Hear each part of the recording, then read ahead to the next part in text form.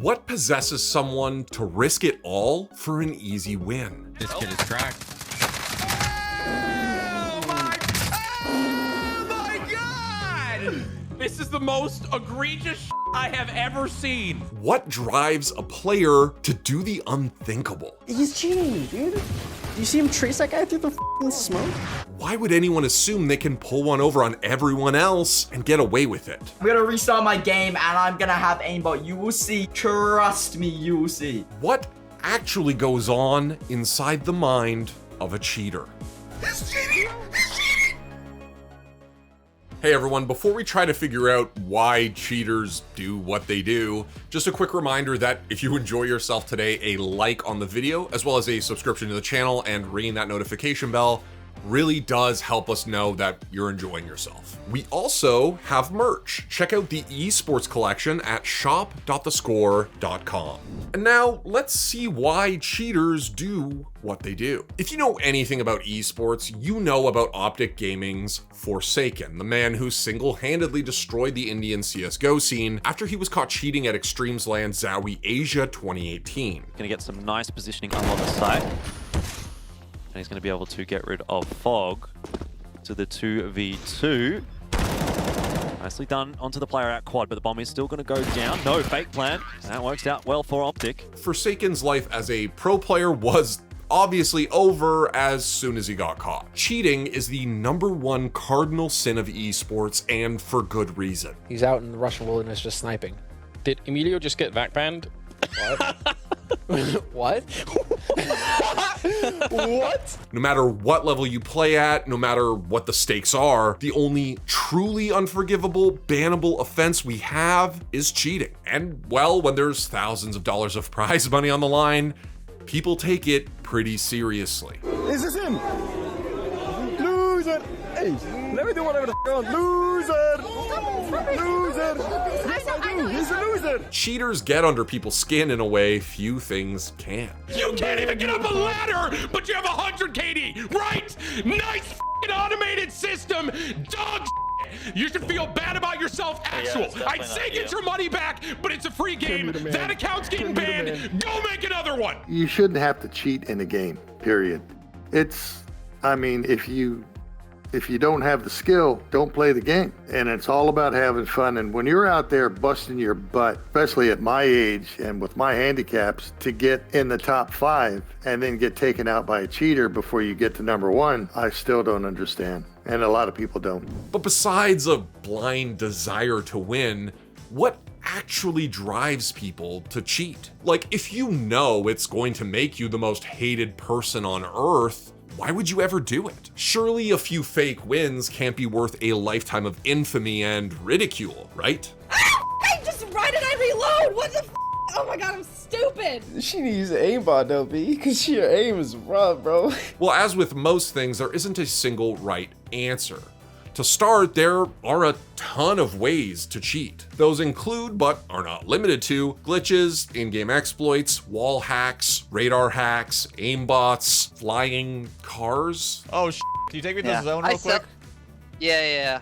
I actually sell these cheats for a living. Wait, don't say a word. Fortunately, the people who weed out and eliminate cheaters for a living, specifically the guys from Easy Anti-Cheat, sorted the offenders into several categories a few years back. Those categories are casuals, griefers, vigilantes, followers, and achievers. Casuals are usually players who just want to make the game a little easier for themselves. Sorry for cheating, guys. I'm just at CSGO, and it's like my second time cheating on my main. Griefers are exactly what they sound like, and mostly cheat to aggravate and ruin the game for other players. Yo, you know what's funny?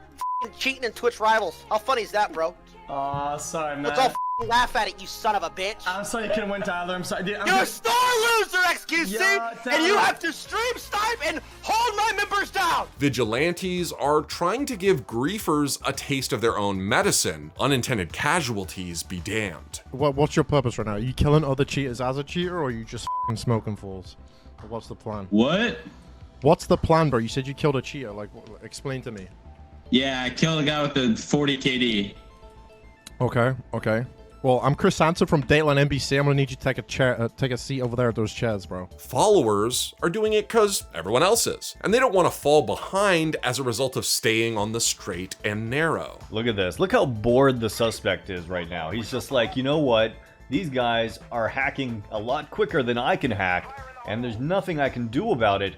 So I'm just gonna sit here. These stupid cheaters are ruining the game and preventing me from cheating, darn it. And then we have the honestly weirdest category of all, achievers. These are people who need to win no matter what to prove to themselves and others that they are indeed the best at a game. So, you know, this person logged into my account, used an AMP Plus simulator, which essentially just put in like a power value, for example, like 400 watts, click enter, and your avatar within the game will just sit at 400 watts without like you having to pedal. Except like, bro, you're cheating. You wouldn't need to do that if you were actually the best. What are you doing?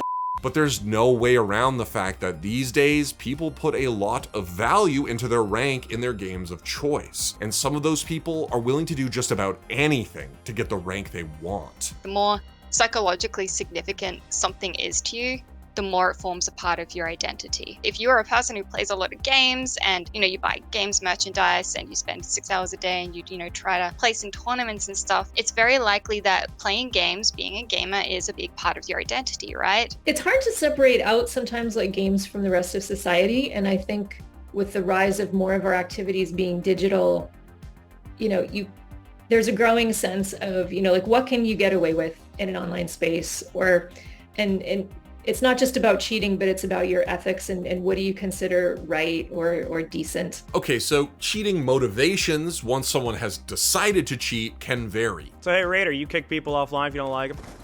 Just that little kid that wouldn't shut up. So in other words, you kick people offline when you don't like them? Pretty much. Understandable, I suppose, but where does the very impulse to cheat in the first place even come from? Nature? Nurture? Somewhere else? As can be expected with anything that grinds people's gears, the subject of cheating has been discussed ad nauseum online. But we wanted to take a look at the actual behavioral science behind the phenomenon. Luckily, there's no shortage of academic research into gaming's most annoying problem. Thing is, the findings of the research into video game cheaters can get complicated. One theory is that, in what's called social contagion, cheating tends to spread like an infection within groups of gamers. You see someone doing it and you want to do it too. But it's also entirely possible that the real reason for the insidious proliferation of cheating has to do with homophily, which is essentially a fancy name for associating with people with whom you have something in common. So in the case of cheaters, someone with characteristics that makes them predisposed to playing dirty will automatically gravitate towards other potential cheaters to begin with, which means that contagion could actually be an illusion. So Shet can DOS people, Ponk is going nuke, Test account has the Spinbot horror stuff, and S14 is maybe? I don't know. Heck if I know, brother. Some research also suggests your age, gender, and how long you've been playing can be a determining factor for whether or not someone cheats. Now, you might assume that cheaters would predominantly be young males, but that's where you'd be wrong. It just so happens that's the demographic most widely represented in gaming in general, which obviously skews the numbers when it comes to cheating stats as well. But actually, given the opportunity, absolutely anyone can succumb to a temptation to cheat. Given the right situation, almost anybody will cheat. You know, one thing that can definitely drive people to cheat in like multiplayer situations is if they feel like everybody else is cheating. At that point, it becomes almost like fair play. You know, this idea that, well, everybody else is, and so if I want to compete on an equal footing, I have to as well. So what's to be done about cheaters? It's obviously a complex issue that requires an equally nuanced approach. Nuanced enough to get your brain MRI'd. A 2009 neurobiological study conducted at Harvard revealed that when given the opportunity to cheat in a coin flip guessing game, honest participants showed no changes in their brain activity, meaning they weren't even tempted to do it. Meanwhile, the brains of people who chose to cheat and lie about whether they picked heads or tails after the fact were lighting up like Christmas trees every single time, even when they were actually telling the truth. Once you start playing with a cheat, you can't stop. It's a lot harder to play legit when you're not given the unfair advantage. So does that mean that some people are just born cheaters? I try not to think of people themselves as cheaters as being tied to their identity, but as an activity that they can engage in. And sometimes it's also something that they do for a certain period in their lives, for certain reasons, or it's fun, or in a particular game, but they would never do it in another situation, or, they do it for a little bit of time and then they kind of decide, it's over, or it wasn't worth it, or whatever reasons, right? There was one thing that stuck with me though after doing all this digging into cheaters. One of the academic papers I looked at was a study in which participants were asked to rate an opponent on various characteristics after playing with them. What the people involved in the experiment didn't know was that their opponent wasn't a person. They were a computer, one that had been programmed to play normally about half the time and then cheat the rest of it. And what do you know? The cheaters were rated as more human. And on top of that, when the cheating wasn't particularly egregious, the human players were more engaged with the game than they would have been otherwise. He's hacking, he's hacking, he's hacking. Take him serious, he's hacking. Tim, you gotta shoot him. Oh, whoa, dude. Yeah, he is hacking, Bro.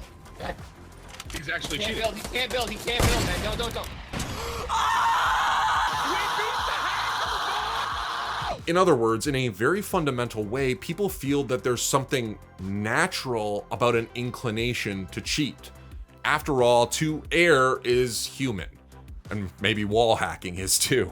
It becomes part of the fabric of how you behave online. What are the acceptable behaviors in certain spaces? Even though I said it's a cultural and contextual and a social activity, it does help you form a sense of yourself in terms of what you want to do, what you're capable of doing. So whatever may be inside the mind of a cheater, insecurity, rogue brainwaves, Satan, the core part isn't all that radically different from the rest of us. I haven't been selling anything. I've just been helping out friends, having fun. Mostly I don't really kill legit players unless it's for tasks, but I mostly just with other cheaters. Yeah, I have morals.